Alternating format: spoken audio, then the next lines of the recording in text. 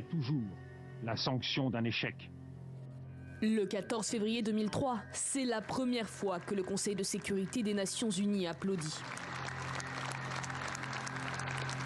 Le ministre des Affaires étrangères de Jacques Chirac, Dominique de Villepin, est venu défendre la position de la France.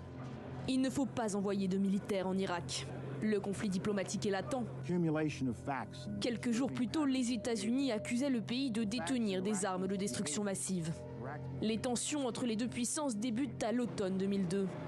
Le Conseil de sécurité vote la résolution 1441 et envoie des inspecteurs en Irak. Un compromis qui ne satisfait pas les États-Unis de George Bush va en guerre contre Saddam Hussein. Mais aux côtés de la France, la Russie, l'Allemagne et la Chine s'opposent à une intervention.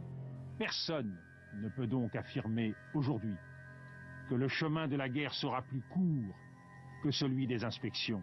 Et c'est un vieux pays, la France d'un vieux continent comme le mien, l'Europe, qui vous le dit aujourd'hui, qui a connu les guerres, l'occupation, la barbarie.